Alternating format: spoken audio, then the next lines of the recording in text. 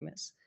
एक तो हो गया फैक्ट्री की एफिशिएंसी। अभी अगर मेरे एक व्हीकल निकल पाती है ऑन एन एवरेज, मैंने कैलकुलेट किया कि मेरी कितनी निकलती है इन द फुल पूरे 7 साल से कितनी निकल रही है in an average in a day. I got like 20 ton per vehicle and when I am able to do it, मुझे मैं बहुत अच्छे से प्लान कर पाई थी तो 3 भी निकल रही थी। सो this is my current average and now I get कि मुझे कहाँ तक पहुँचना है फॉर द प्लानिंग। देन दूसरा चीज़ हुआ थॉरोपुट कि लीड टाइम जो है बिटवीन रॉ मटेरियल फैक्ट्री के अंदर आने का, उसका फिर वर्क इन प्रोग्रेस और एफजी बनने का, और फिर आउट ऑफ बिल, जब तक वो बिल में नहीं कन्वर्ट हुआ तब तक वो आउट नहीं हुआ। तो मुझे इन दोनों के बीच का कि उस पे वर्क इन प्रोग्रेस स्टार्ट हो गया और वो बिल के लिए निकल गया, इस दोनों चीज़ों के बीच का जो टाइम है मुझे वो बहुत डिक्रीज़ करना है। जितना मतलब अभी मेरे केस में mine is a project based, so it takes me 1 month to convert that whole product into the final good.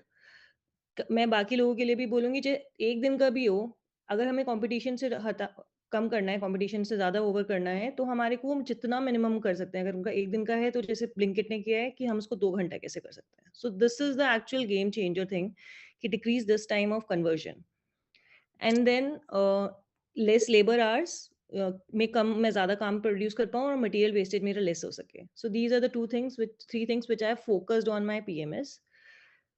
Now for the first thing when I was trying to find कि अच्छा ठीक है, एक vehicle होता है तो how should I prioritise कि कौन सी व्हीकल सबसे पहले भेजूं, क्योंकि there are so many orders and projects. मैंने इसमें सबसे पहले अपना देखा कि what is the final billing that I want to achieve in the end of the year, which is 12 twice the current part and which is profitability भी उतना ही increase करना है. These are estimated numbers. These are not the actual numbers, but yes. So for example, if I have achieved in a month in the past, the maximum what I have achieved is 20 CR. Average होता होगा 5-6 होता होगा, पर अगर मैं बोलूँ maximum कितना हुआ है, मैंने वो देखा 20, तो इसका मतलब मेरा 20 is possible. मतलब वहाँ पे requirements इतनी होती हैं, मेरी fabrication इतनी हो सकती है, जिससे मतलब मेरी outside fabrication, in house fabrication, bought outs वगैरह, मैं सब कुछ अगर लगाऊँ तो मतलब इतना तक मैं अचीव कर सकती हूँ, अगर मैंने सब चीज़ें बहुत अच्छे से करी हैं। तो मैंने पॉसिबल इन अ ईयर देखा कि अच्छा ठीक है, 20 इंटू 12 मंथ्स करूँ, तो मैं इतने करोड़ तक आराम से पहुँच सकती हूँ। Just if I achieve the ones with the maximum efficiency which I am really right now having, उसको इम्प्रूव कैसे करना है, तो इज़ नेक्स्ट लेवल। फिर then I divided these 20 CR, मैंने अब इसमें डिवाइड कर दिया कि जैसे मंथ्स वाइज़ मैंने इसको डिवाइड कर दिया कि अच्छा ठीक है, प्रोजेक्ट्स हैं मेरे, projects according to the delivery times. अगर प्रोजेक्ट 1 की पहले डिलीवरी है, फिर सेकंड वाले की है, थर्ड वाले की है, और उनकी एलडी रेट्स के हिसाब से मैंने बैक कैलकुलेट कर लिया। अगर suppose this project is of 12 CR, तो इसमें डिवाइड कर लिया कि अच्छा इसके बीच में 2 मंथ्स में डिवाइड कर लिया। प्रोजेक्ट 2 है तो उसको 3 मंथ्स में डिवाइड कर लिया। It is back calculated from the LD rates of this, and I made sure that every month is having the maximum capacity of 20 CR. If I am short of sales, तो मैं sales उसमें करूँ. If I am having a lot of volumes in that month, तो मैं बाहर ज़्यादा दे दूँ, ना कि इन हाउस पे। तो मुझे वो आइडियाज़ मिलने लग गए कि क्या चीज़ें मुझे करनी चाहिए पर मंथ प्रोजेक्ट्स के हिसाब से। फिर इस पार्ट को मैंने वीक वाइज डिवाइड कर दिया। जैसे प्रोजेक्ट 1 का अगर है, तो सबसे पहले वीक में कितना होना चाहिए, सेकंड वीक में कितना होना चाहिए, और थर्ड वीक में मतलब जो जो वैल्यूज़ आ गई मेरे पास कि प्रोजेक्ट 1 की कितनी होनी चाहिए, सेकंड की कितनी बिलिंग होनी चाहिए, थर्ड की बिलिंग कितनी होनी चाहिए। और प्रोजेक्ट मैनेजर्स के पास अपनी-अपनी बिलिंग्स पहुँच गई हैं कि हाँ, उनको इतने-इतने इस वीक में बिलिंग करनी है।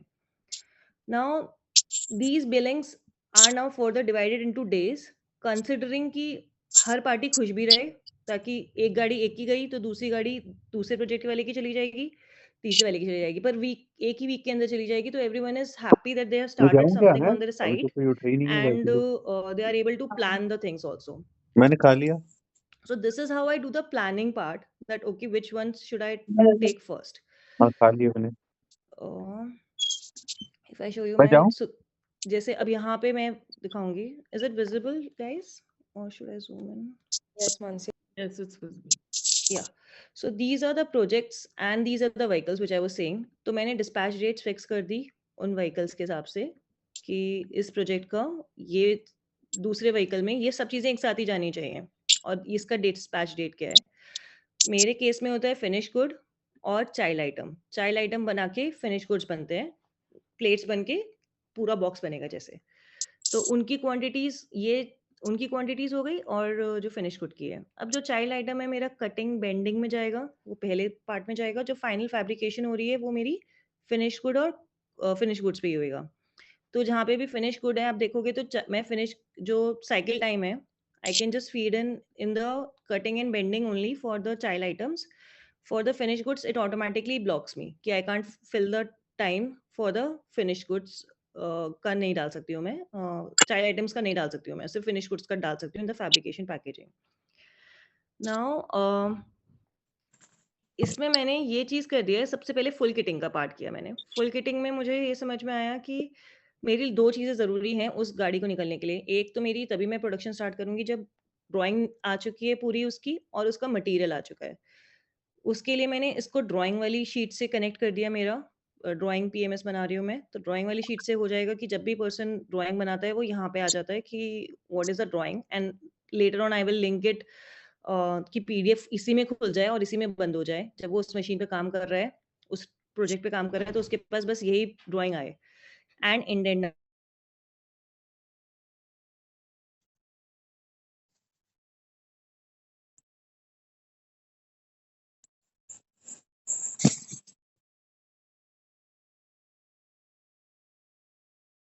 इट येस हो गई, तो वो ट्रू हो जाता है तभी मेरा ये प्लानिंग में जाती है पूरी row. And now if I start with हाँ, हाँ, दिस हाँ, थिंग, हाँ, हाँ, हाँ। अब मैंने यहाँ पे सिर्फ अपने प्रोडक्शन यहाँ तक तो मेरी फाइनेंस वाले जो हैं, माइंडेड फाइनेंस वाले जो हैं मेरे, ये पूरी प्लानिंग दे देते हैं कि कितना प्रोजेक्ट कौन-सा करना चाहिए, क्या-क्या उनकी गाड़ी होनी चाहिए, उसमें सामान क्या-क्या होना चाहिए। उसके बाद मेरी टीम ने प्रोजेक्ट वाली टीम ने देख लिया कि उसका सामान पूरा आ चुका है, ड्राइंग आ चुका है, उसका मटीरियल आ चुका है। Now I just want my production guy to fill in कि अगर मैं आपको ये सामान देती हूँ बनाने के लिए, तो आपको ऑन एन एवरेज एक पैनल के लिए कितना कटिंग में टाइम लगता है, कितना बेंडिंग में, कितना मतलब हर एक चीज़ के लिए एक-एक पार्ट के लिए कितना-कितना टाइम लगता है। तो इसमें मैंने उसके हिसाब से कर दिया। Now I have asked them कि कटिंग में जैसे मेरे पास 2 मशीन्स हैं, तो आप कौन-सी मशीन यूज़ करने वाले हो? आप मुझे वो बता दो। बेंडिंग में कौन-सी करने वाले हो? फैब्रिकेशन में कौन-सी करने वाले हो? मतलब टीम्स वाइज़ डिवाइड अगर हो सकता है कि 2 टीमें यूज़ करने वाले हैं या फिर एक ही टीम से हो जाएगा।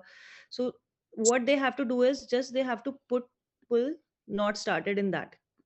डन मतलब हो गया कि वो काम कर चुके हैं क्योंकि अभी मैं करंट में रोल आउट किया है मैंने, तो काफ़ी चीज़ें हो चुकी थी जो सारे स्टेप्स में हो चुकी थी। तो मैंने उनके लिए ऑप्शन दिया है बस नॉट स्टार्टेड वाला, जहाँ पे भी उनको उस मशीन को या उस पर्सन को डेडिकेट करना है। सो दिस इज़ इसमें भी अगेन जो एफजीज़ वाले हैं वो रेड हो जाते हैं, तो यहाँ पे द पर्सन अगर वो फिल भी कर देता है गलती से, तो वो ऑटोमैटिकली क्रॉस हो जाता है। तो ये लेगा ही नहीं कोड में। अब ना what kind of a code इसमें मैंने किस टाइप से किया है इस चीज़ को। Now this gets connected with my individual machines. Every single thing is now connected with my, मेरे पास हर मशीन का अब टाइम स्टैम्प आ गया कि अच्छा तुम्हारे को सबसे पहले क्या करना है। सबसे ज़्यादा कन्फ्यूज़न क्या होती थी, पूरी कंपनी मेरी काम कर रही है, पर लास्ट तक जाते-जाते पता चलता है एक चीज़ बची हुई है, उसकी वज़ह से मेरी गाड़ी नहीं निकल पा रही। तो मुझे समझ में आया कि अच्छा मुझे पूरी कंपनी को सिर्फ़ एक ही प्रोजेक्ट पे सबसे पहले काम कराना है, which is the priority of the company. तो वो सबसे पहले निकलना चाहिए। तो this is the priority of the company क्योंकि ये सबसे पहले डिस्पैच होना है। तो एवरीवन अगर जहाँ-जहाँ पे अटका हुआ है, उसका अच्छा। काम है सबसे पहले वो चीज़ खत्म करना। सेकंड प्रायोरिटी सेकंड वाले की हो जाएगी। Everyone is getting the priority, this is the priority line. Now Amada के लिए जैसे पहली मशीन है, तो मशीन वाले के पास अपना यहाँ से उसमें से फेच हो गया। उसमें मैंने गाड़ी कंडीशन डाल स्टार्ट दिया करके ना बस थोड़ी गरम कर कि लूँ, व्हेरेवर इट वरना इज़ दिक्कत होती है। Coming not started, just pick that और वो ही प्रायोरिटी बन जाएगी। उस अगर यहाँ पे जैसे ट्रम्प एंड नॉट स्टार्टेड ये वाला है पहला, तो ये इसमें से पिक कर लेगा। जो प्रोजेक्ट का नेम है, उसको पिक कर लेगा कि अच्छा ट्रम्प वाले को बता देगा कि अच्छा आपका जॉब कार्ड ये है कि आपको ये गाना का प्रोजेक्ट करना है अभी, उसका काम करना है। तो उसके पास जॉब कार्ड से आ जाता है पूरा का पूरा। तो ये सारे के सारे प्रोजेक्ट्स आ गए मेरे इसी तरीके से प्रायोरिटी वाइज़। उनका अब साइकिल टाइम तो जो मैंने फिल करा ही दिया था। अब इससे मुझे क्या फ़ायदा हुआ कि अगर मेरे पास क्वांटिटी है और साइकिल टाइम मिल गया, so I will just multiply and I will get the time कि उसको कितना टाइम लगेगा उस पर्टिकुलर आइटम को क्लोज़ करने में। तो मुझे एक तरीके से टोटल टाइम पता चल गया। अब प्लान्ड स्टार्ट डेट मैंने जिस दिन मैंने रोल आउट किया था उस दिन से स्टार्ट कर दिया। अब now the next planned start date of this, जब पहला आइटम खत्म कर देगा, तो उसके बाद वो फ्री हो गया 48, मतलब after 2 days he is free. Now he can start with the second line, फिर वो थर्ड पे करेगा, फोर्थ पे करेगा। ऐसे करते-करते मुझे ये पूरा पता चल गया कि till what date he can complete the all the projects which are given to him, which are required for my month production. So I'll get a total detail कि उसने कहाँ-कहाँ पे किया है। This is pure जैसे हम FMS में करते थे, हॉरिज़ॉन्टली करते थे हम, इसमें मैंने इसको सॉरी वर्टिकली करते थे, मैंने इसको हॉरिज़ॉन्टली कर दिया। एंड नाउ अब मैंने इसको सिर्फ 2 टैब्स दे दिए मैंने अपने प्रोडक्शन वाले के। उसके पास सिंपल ये नाम लिखा आता है कि अच्छा ये काम करना है उसे। हर रोज़ उसके पास आ जाता है कि आज उसको ये काम करना है और उसको सिर्फ ये डालना है कि स्टार्टेड पे क्लिक करना है और एंडेड पे क्लिक करना है। उसको सिर्फ 2 चीज़ें करनी है। जैसे ही वो स्टार्ट करता है उसकी प्रोडक्शन को, वो स्टार्ट कर देगा और जैसे ही वो एंड करता है, एंड कर देगा। मुझे कोई मतलब नहीं है कि वो 1 दिन में कितना बना रहा है, मुझे उसी चीज़ से मतलब है कि वो पूरा खत्म कर दे 144 क्या, ताकि वो बीच में कुछ उठाए ना और। अगर ता वरना वो ये करते थे कि पहले 50 कर दिए, फिर उसके बाद नेक्स्ट प्रोजेक्ट उठा लेते थे ताकि एफिशिएंसी आ जाए उनकी। आई एम लाइक कि नहीं, पूरा प्रोजेक्ट पहले पूरा खत्म करो, तभी आप नेक्स्ट वाला उठा सकते हो। And they have to put just started and closed and they have to complete the whole quantity. So it automatically shows me daily कि उनकी क्वांटिटी कितनी बच रही है। एंड इसमें जो प्लान्ड स्टार्ट डेट है, तो अब यहाँ पे जैसे उन्होंने स्टार्ट दबाया, तो they can fill in these 2 things. One is planned breakdown आ गया बीच में कि अगर बाय चांस किसी चीज़ की वज़ह से उनको चेंज करना पड़ गया या कुछ हो रहा है, या अनप्लान्ड कि मैन पावर कम हो गई है या फिर लंच ब्रेक आ गया है, कुछ भी चीज़ हो गई है, बहुत सारी चीज़ें हो सकती हैं, तो वो वहाँ पे क्लिक कर देते हैं। एंड इसके हिसाब से अगर जैसे सपोज़ यहाँ पे स्टार्टेड किया उन्होंने, तो स्टार्टेड में स्टार्ट टाइम आ जाता है। उन्होंने अगर किया कि अनप्लैन्ड ब्रेकडाउन आ गया एकदम से, तो ये अनप्लैन्ड ब्रेकडाउन मेरे पास अलग से टाइम स्टैम्प में आ गया है, जैसे यहाँ पे दिख रहा है। तो क्योंकि क्या होता है कि स्टार्ट तो कर दिया उन्होंने, अब हो सकता है जैसे इस केस में आप देखोगे कि उसने 28 को स्टार्ट कर दिया था और 30 को उसने मतलब उसने बाद में उसको एक्चुअल स्टार्ट कर दिया था, पर 1 घंटा 1 दिन डिले था, पर उसके बाद 31st को उसने ब्रेकडाउन कर दिया नोट कि मेरा ब्रेकडाउन हो गया। मतलब 1 दिन तक तो काम कर रहा था, दूसरे दिन ब्रेकडाउन हुआ है। तो ऑटोमैटिकली उसका ये भी नहीं होगा कि मतलब उसने पूरा ही काम नहीं किया, मतलब पूरा सब कुछ ज़ीरो नहीं हो जाएगा। ये दिखेगा कि उसने एक दिन पूरा काम किया है उस पे और बाकी टाइम पे उसका ब्रेकडाउन हो गया है। तो वो जो ब्रेकडाउन की वज़ह से डिले आया है, वो मेरे पास भी आ जाता है फिर। पहले से ही जो एंड टाइम आ रहा है, इसका जो पहले वाले का जो आइटम का एंड टाइम होगा, वो इसका स्टार्ट टाइम हो जाएगा सेकंड वाले का। अब because of the delay because of the unplanned items or because of the delay which is कि उसने कितना डिले किया, उसकी वजह से अब नया जो प्लान्ड एंड टाइम हो गया वो आ जाता है एंड उस with that he just puts the end date. तो इससे मुझे काफ़ी चीज़ें क्लियर हो गई। जैसे if I show you, fabrication वालों के पास भी यही हो गया कि हाँ ठीक है, उनके पास पूरा का पूरा अपना आ गया कि उनको क्या-क्या चीज़ें करनी है। अब नाउ आई नो कि which team in the fabrication also, I was not earlier knowing कि उनको मैंने फिक्स कर दिया है कि आपके पास एक मेन वेल्डर होगा, 2 हेल्पर्स होंगे, you can't switch again and again easily. और उनके भी मैंने नाम वगैरह फीड करा दिए हैं विद फोटोज़, मैंने फोटोज़ के साथ अटेंडेंस करवाई है। तो उससे क्या हो जाता है कि अब मेरे पास फिक्स हो गया कि किस मेन पर्सन की कितनी प्रोडक्टिविटी आ रही है, how much time is he getting deal, वो कितना डिले करता है हर चीज़ में, कौन ज़्यादा ओवर कंज़्यूम्ड भी है। जैसे इसमें अगर आप देखोगे तो इसके पास कम काम है और इसके पास बहुत सारा काम है इस टीम के पास। तो now my person also, the production head also knows कि अच्छा ठीक है, this is a division of the work he has done. He has to redivide the work, उसको दोबारा से ही सबको इस हिसाब से देना पड़ेगा। मुझे काफ़ी बार समझ में आ जाता है कि व्हाई मेरी टीम ने अगर जैसे इसमें किया उन्होंने, तो उन्होंने ये वाला बीच वाला पार्ट छोड़ के क्यों किया उन्होंने? एकदम से अगर मतलब बीच में अगर उन्होंने उठा दिया था ये सेकंड वाला पार्ट, बीच में प्लानिंग के हिसाब से नहीं लिया, तो why they have started that? So which I said the things कि मेरा ये वाला पार्ट का टाइम डिक्रीज़ हो जाए और मैं प्लानिंग ऑटोमेट हो जाए। When I was doing the planning, this planning I was doing manually, I was able to dispatch 2 vehicles in a day. तो मुझे समझ में आया कि इट इज़ जस्ट ये प्लानिंग को मैं पहले मैनुअली करती थी, फिर मैंने इसी चीज़ को मैंने ऑटोमेट कर दिया कि this is what I require the full kitting is required. The processes becomes very fixed कि okay, what are the processes, the cycle times of those processes, and each machine now have its own job card. तो उनके पास उनके पास priority है और उनके पास expected time क्या है कि उनका काम खत्म होने का। पहला प्रोजेक्ट का कितना टाइम लगेगा, दूसरा प्रोजेक्ट में कितना टाइम लगेगा, तीसरे में कितना लगेगा। एंड नाउ आई नो कि which machine is free right now, कहाँ पे मैं अपना प्रोजेक्ट कौन-सा लगा सकती हूँ। पूरी कंपनी प्रायोरिटी के हिसाब से काम कर रही है, कोई अपने हिसाब से नहीं कर रहा है। किसी को अगर बाय चांस चेंज करवाना पड़ता है बीच में, एकदम से कोई इमरजेंसी आ जाता है, उनको बस यहाँ पे एक इंसर्ट करना है project. Let me just do this. अगर जैसे यहाँ पे एक नया प्रोजेक्ट इंसर्ट किया, तो ऑटोमैटिकली कोड इस तरीके से है कि मतलब मैं तो सिर्फ कंडीशनल फॉर्मेटिंग डाली है कि जो सबसे ऊपर है आता जा रहा है उसी को लेते जाएगा। तो ये ऑटोमैटिकली इस मशीन में भी आ जाएगा कि सबसे पहले आप ये पिक कर लो, और दूसरी मशीन्स में भी आ जाएगा कि सबसे पहले आप ये वाली लाइन पिक कर लो। तो ये automatically on priority in every machine आ चुका होगा ये प्रोजेक्ट, अगर मैंने इसको ऐड किया तो। सो या I think it might be a little how was if someone has some questions, yeah. बहुत बढ़िया Mansi, thank you so much, thank you. And how did you set your अच्छा sorry, I cannot ask you questions first. Thank you, Mansi. Thank you. Amazing sharing. Mansi, thanks Thank for you. Thank you so Thank you so much. much, Mansi. अभिषेक भाई क्यों Amazing, आओ? amazing, Mansi. Amazing. Thank you, Mansi. Thank you, Mansi. Amazing sharing. Amazing. Thank you. Thank you Great. so much, guys. Thank you, Mansi. Thank you. Thank you, Mansi ji. Thank you. Thank you. Nikhil ji नहीं, अच्छा yes पूर्वी sir, जी, yes sir. अच्छा आपको question पूछना था। हाँ, Mansi ma'am, आपने जो बताया फुल किटिंग में, तो उसमें क्वालिटी चेक कैसे करते हो आप? उसका कुछ नहीं दिखाया अपने सिस्टम में। क्वालिटी चेक किस चीज का?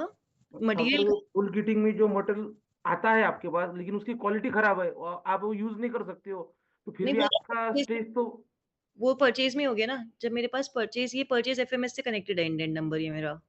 नहीं। Quality check point quality check of the production या फिर of the product? Parts sir जी, क्वालिटी जब तक ओके नहीं होगी तो क्यूसी कैसे उसको अलाउ करेगा? फुल किटिंग होगी नहीं ना आपकी कंप्लीट जब तक क्यूसी मतलब से जैसी क्लियर नहीं होगा मटेरियल वो। आता है मेरा, तो परचेज एफएमएस में मेरा पास परचेज एफएमएस है, उसमें मेरा ये मैंने पहले परचेज एफएमएस भी दिखाया था एक बार। उसमें क्वालिटी चेकिंग पॉइंट लगाया है क्या आपने? हाँ, जैसी मटेरियल आता है, जीआरएन तभी बनता है जब क्वालिटी चेक हो जाता है। ओके। तो जैसे ही क्वालिटी चेक हो गया है, तभी वो मटेरियल मेरे स्टोर के पास फिक्स हो गया। एंड मैंने ये भी कर दिया कि अब मेरे पास ये आ गया कि 1 हफ्ते में क्या-क्या सामान चाहिए। तो मैंने फैक्ट्री में बाहर लॉक लगा दिया है कि अब सामान सिर्फ 1 हफ्ते वाला ही अंदर जाएगा, उसके बाद में बीच में कुछ अलाउड ही नहीं है जाना अंदर-बाहर। और ये जो डाटा जो आता है, ये फिलिंग कैसे करते हो आप? ये देखिए, ये वाला तो मेरे पास प्रोजेक्ट का डेटा है कि प्रोजेक्ट का बीओएम जो बनता है। तो ये प्रोजेक्ट का मैन्युअली फिल करते हो कि इसके लिए कोई सिस्टम है आपके पास? नहीं, ये तो फॉर्म से बन गया। सिंपल प्रोजेक्ट का नाम डाला उन्होंने, प्लस करके उन्होंने डाल दिया कि मेरे को ये 5 चीज़ें भेजनी है इस प्रोजेक्ट की, मतलब जो डिस्पैच प्लानिंग बनती है, उसमें उन्होंने डाल दिया कि मुझे ये सामान चाहिए। तो उसमें कुछ ड्रॉप डाउन है या वो मैन्युअली राइट करते हैं उसमें फॉर्म में? आप फॉर्म बता दोगे एक बार? एक सेकंड मैं दिखाती हूँ। Okay, 1 second. मेरे पास प्रोडक्शन का मैंने वो बना रखा है पूरा, कि मतलब मैं प्लानिंग करती हूँ कि जो चीज़ मैंने बताई थी ना कि मैं प्रोजेक्ट्स के नाम और उनको फिर मंथली डिवाइड कर देती हूँ इस तरीके से, जो वैल्यूज़ हैं, जो मैं चीज़ बता रही थी। फिर उन वैल्यूज़ को मैं मंथली में डिवाइड कर देती हूँ। एंड जैसे ही मैं मंथली में पता चल गया मुझे कि कितना-कितना टारगेट होना है हर प्रोजेक्ट का, उस प्रोजेक्ट के टारगेट से फिर मैं उसको वीक वाइज़ निकाल देती हूँ कि इन्होंने मतलब प्रोजेक्ट वाइज़ निकाल दिया मैंने। अब मैंने प्रोजेक्ट मैनेजर से कर दिया कि अच्छा ठीक है, इस गाड़ी के लिए आपको कितना सामान चाहिए होगा, क्या-क्या भेजना होगा, और उसकी मैंने पर मंथ की बिलिंग निकाल दी है कि इतना-इतना बिलिंग हो जाएगा फिर। तो मैं यहाँ से अभी ये वाला पार्ट मैनुअली हो रहा है, पर ये मैं बीओएम में कन्वर्ट कर रही हूँ क्योंकि मेरे बीओएम बहुत ज़्यादा इसलिए मैंने आपसे भी पूछा था कि आप इसको कैसे एसक्यू बना रहे हो। मेरे लिए वो थोड़ा डिफिकल्ट है क्योंकि हर स्टेज पे मेरा कस्टमाइज्ड है। तो मेरे लिए BUM बनाना अभी बहुत फिक्स्ड बनाना थोड़ा डिफिकल्ट हो रहा है, तो अभी यहाँ पे इस तरीके से जैसे ये पूरा एक गाड़ी का सामान है, तो उन्होंने इस तरह से डाल दिया कि अच्छा ठीक है हम इसको इस तरह से वीक्स में डिवाइड कर सकते हैं, तो उन्होंने क्लब कर दिया कि एक गाड़ी में मैं ये भेज दूंगा, एक गाड़ी में ये सारे सामान जो ये यहाँ पे लिखे हुए हैं ये सारे मानसी जी जस्ट टू आस्क, आप करते क्या है, एक थोड़ा रेफरेंस मिल जाए। I make dust collectors which looks like this, which looks like these items. तो इस तरह के प्रोडक्ट बनते हैं, so I make these kind of dust collectors. So इसमें पूरा मैकेनिकल जाता है, मतलब बाहर का पूरा ये these are used in steel industries, oil industries, सब कुछ separation in the process part. So they are made in the panel form and boilers में भी लगते हैं फिल्टर बैग्स है, ये फिल्टर yeah. बैग्स है क्या? फिल्टर बैग्स है क्या? Pollution plant. yes right. Boilers में Oh, लगते हैं nice. सर, जो देखो आपने आपके बताया dust काम हो collecting के जाएगा, लिए। काम हो जाएगा। I have a pollution plant, oh I have a aluminium plant, तो करेंगे कुछ। Yeah, we have serving a lot of pollution, aluminum people, yeah. और नेटवर्किंग इधर ही हो रहा है। Best. ROI आ गया। पूर्वी जी आप कर लो क्वेश्चन। मानसी, जैसे आपने मतलब it is related to purchase as well as this FMS, जैसे आपने बोला कि आप फैक्ट्री में सामान नहीं आने देते, जो आपका स्टोर है वो फैक्ट्री के बाहर है। स्टोर मेरा नहीं, मतलब छोटे पार्ट्स के लिए तो स्टोर ऊपर अलग बना हुआ है, बट मैंने फैक्ट्री में भी बाइफरकेट कर दिया है एरिया, तो इवन मैंने मशीन्स के बीच में भी टेप लगा दिया है ताकि हर मशीन के पास अपना अपना मटेरियल हो, एंड दे डोंट से कि नहीं अच्छा मेरे पास मटेरियल कम हो गया था, मतलब वो लोग आपस में एक दूसरे से बहुत ज्यादा ऐसे चैलेंजेस होते थे, तो मैंने बीच में मशीन्स के बीच में भी टेप लगा दिया कि नहीं, now they can't move so easily without asking permissions. And like you make your child parts और फिर आप अपने फिनिश गुड्स दोनों बनाते हो, तो आप उसका जो BOM बनाते हो, जैसे चाइल्ड पार्ट के जो कंपोनेंट्स होते हैं और फिनिश गुड के लिए जो कंपोनेंट्स होते हैं वो डिफरेंट हो जाते हैं। So in your full kitting are you doing it automatically या फिर आप मैनुअली नेस्टिंग करके करते हो फिर, क्योंकि आपका रॉ मटेरियल टेक्निकली शीट या पाइप ही है। हाँ, पर अभी मैं मैनुअली कर रही हूँ, but my aim is to automate it, but for that drawing part will be required. Come up with a solution, let me know please. For Yeah, and I'm planning for standardization first, and then the next challenge will then it will become automated. एक बार standardize हो जाएगा तो I've got an idea, I'll share with you. Okay, and अभी जैसे आपने planning किया started not started वाला, तो जॉब कार्ड्स अभी आप मैनुअली दे रहे हो उनको, मतलब you give it to supervisors and supervisor give to the operators. उनके मोबाइल पे आ गया एक तरीके से चेकलिस्ट जैसे होता है ना, जैसे अभी आप डूअर्स में अभी हमने चेकलिस्ट दिया था तो डूअर्स के पास आ जाता था ना कि आज आपको ये काम करना है, तो आपने ये कर दिया तो टिक कर दो, तो मैंने उसको मैंने इस तरीके से कर दिया कि उनके पास आ जाएगा कि अच्छा आपने स्टार्ट कर दिया तो आप टिक कर दो, आपने एंड कर दिया तो टिक कर दो, तो ऑटोमेटिकली वो टाइम स्टैम्प में आ जाता है, जैसे FMS हमारा वर्क करता है ना कि डन कर देता है तो टाइम स्टैम्प हो जाता है, तो मेरे पास ऑटोमेटिकली आ जाता है कि अच्छा ठीक है this person has started and this person has ended now the product. Okay, and when you showed the process, तो जैसे आपने मशीन वाइज प्लानिंग किया है, तो for example cutting is faster than rest of the processes, तो आप अपना WIP कैसे मेंटेन कर रहे हो फ्लोर पे? एज इन जैसे अगर कटिंग फास्ट मतलब चल रहे हैं, फॉर एग्जांपल आपके नाम था अमांडा और दूसरी मशीन थी, तो जो कटिंग प्रोसेस है वो फास्टर होता है in comparison to fabrication and finishing. So जो एंड मतलब फैब्रिकेशन पे फॉर एग्जांपल प्रोजेक्ट A चल रहा है बट कटिंग पे ABCD आ गया, तो you will have a lot of work in progress. So how do you have a separate floor or it remains on the floor only? Remains on the floor only. The area has been segregated. The fabrication is done on one side and the cutting is done on one side. But it is like 15 days prior मेरी cutting और bending हो जाती है and then it goes to the fabrication side. So that way rotation So रहता है. yeah, इस वजह से rotation रहता है. So nothing is that's why it's a 1 month का cycle right now for me to get the from the WIP to FG. तो अभी मुझे वही चीज सबसे कम करना है कि वो जल्दी जल्दी होता जाए। Okay, thank you.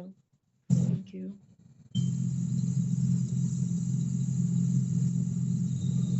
Can we do a gratitude minute for Mansi?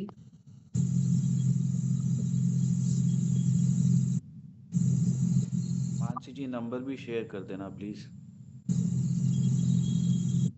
Thank you, Mansi. Thank you, Mansi. Thank you very much. Thank you, Mansi. Thank you, Mansi. Thank you very much. If anyone wants to, you can ask me. Guys, are there any more questions? Start.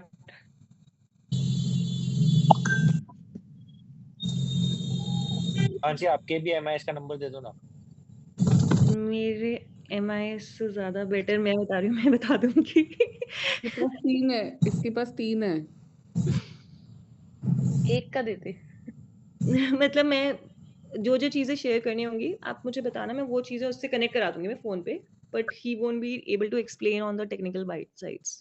इसके पास 3 MIS है, उसकी HOD यही है, she will only explain. अरे number दे दिया तो MIS का पता लगा तो कल एक भी नहीं रहा। नहीं ऐसा कुछ नहीं होगा, आप रख लो। सच्ची बता रही हूँ, ऐसा कुछ नहीं है।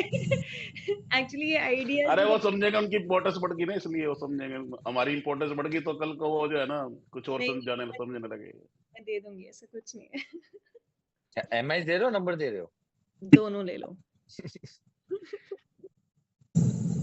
मैंने अपना नंबर भी दे दिया है वैसे। सेव कर लेते, काम में आएगा। आपके पास है ऑलरेडी वैसे।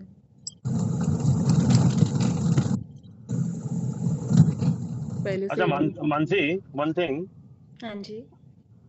So when you show one place that there is a delay in breakdown, because of breakdown there is a delay, right? So your planned जो भी होता है, मान लो कि 31st का है, वो 1st या 2nd को शिफ्ट हो जाएगा। So your next process का Manish ji 1 minute, the class is done now. If anybody wants to leave, वो जा सकता है, and stay back. Okay. Formally the class is done. Formally class is done. Formally the class is done. Thank you everyone.